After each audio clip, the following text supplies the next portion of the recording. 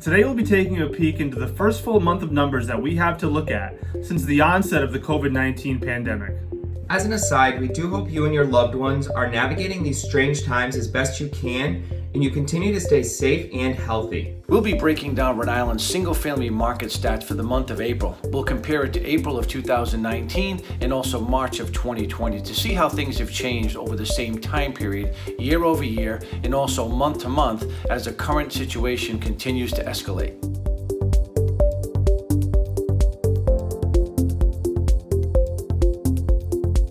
Let's start by comparing April of 2020 to April of 2019. The median price continues to increase. This past April saw a median sales price of $295,500, which is up 7.5% compared to the same time frame in 2019. The average sales price increased by 1.9%, going from about $355,000 to about $362,000. The supply of homes available continues to be the biggest challenge that we face, with less than 3 months of available inventory. This is at a time of year where the inventory is typically increasing, and we're seeing a heavy influx of new listings across the marketplace. This is being exaggerated by the COVID-19 situation, where more and more sellers are choosing to hold off on listing their homes for sale.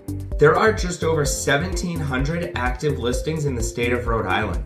The number of for sale units this past April was down 38.5% compared to April of 2019. The total number of sold homes did decrease, however, going from 823 in April of 2019 to 734 in April of 2020, down about 11%.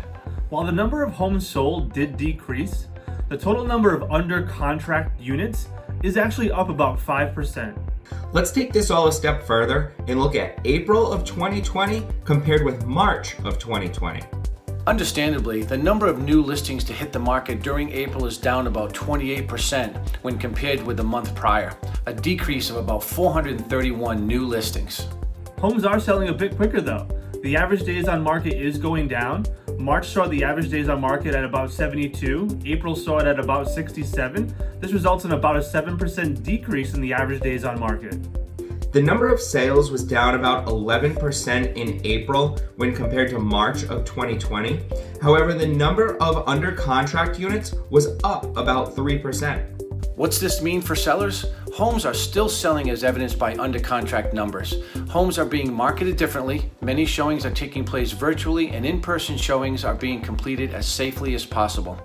While there will be substantially less people through your door, the ones that do come through are extremely motivated and ready to buy. The spring market is typically when we see new listings increase quite substantially. We know that's not the case right now.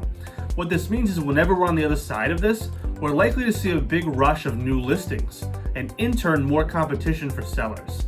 So sellers right now have that unique opportunity to take advantage of high demand in a spring market with very little competition from other sellers. Prices and demand have been increasing. However, if unemployment numbers increase, financial hardships continue to worsen, and more listings hit the market down the road, we could potentially see a sway to a balanced market or perhaps even a buyer's market in the near future. So what's this mean for buyers? Yes, there is an extremely low number of homes available to buy. However, you're likely to see much less competition right now than you typically would during the spring market. You may be able to find a great deal or pay less than you might have in typical market conditions. Interest rates are still near historic lows.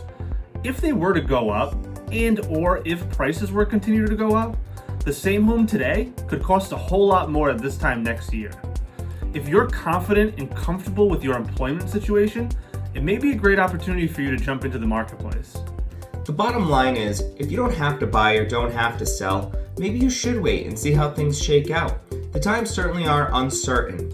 With that said, there are still plenty of opportunities out there. New listings are hitting the market every day, new homes are going under contract every day, and the buyers are still out there.